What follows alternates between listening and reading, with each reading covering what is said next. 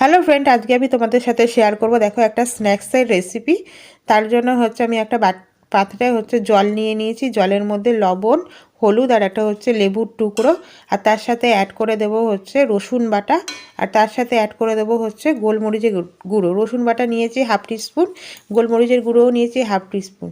দিয়ে এবার এর মধ্যে অ্যাড করে দেব হচ্ছে আমি ভেটকি মাছের লেজা ছিল, আর হচ্ছে সাথে কিছু কাটা ছিল, আর তার সাথে অ্যাড করে দিচ্ছে হচ্ছে দুটো রুই মাছের টুকরো। দিয়ে হচ্ছে এটা ভালো করে সেদ্ধ করে নেবো। এদিকে দেখো গোলমরিচের গুঁড়ো নিয়েছি, আদা রসুন বাটা নিয়েছি, পেঁয়াজ আর লঙ্কা কুচি নিয়েছি, বিট লবণ, হলুদ গুঁড়ো, আর হচ্ছে এদিকে গরম মশলা। এদিকে মাছগুলোকে ভালো করে গাছ থেকে কাটা ছাড়িয়ে নেবো। এবার হচ্ছে কড়াইতে তেল দিয়ে দেবো।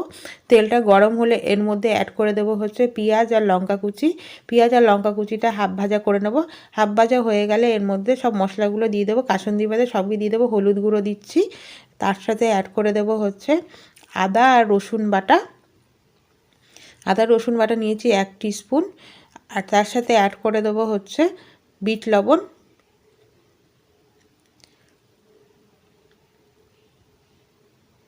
দিয়ে এগুলোকে ভালো করে ভাজা হয়ে গেলে এর মধ্যে অ্যাড করে দেবো হচ্ছে হাফ টিস্পুন গোলমরিচের গুঁড়ো আর হাফ টিস্পুন হচ্ছে গরম মশলা।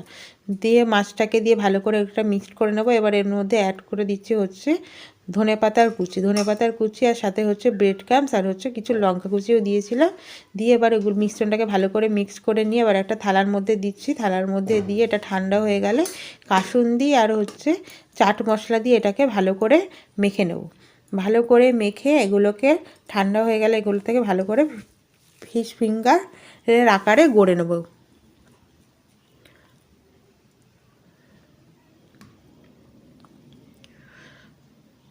দেখো এগুলো সব ফিশ ফিঙ্গারের আকারে আমি গড়ে নিয়েছি।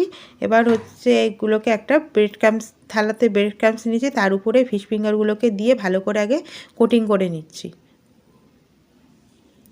কোটিং করে এবার হচ্ছে একটা পাত্রে হচ্ছে বিট লবণ, গোলমরিচের গুঁড়ো আর একটা ডিম নিয়েছি। এটা ডিমটাকে ভালো করে ফাটিয়ে নেবে।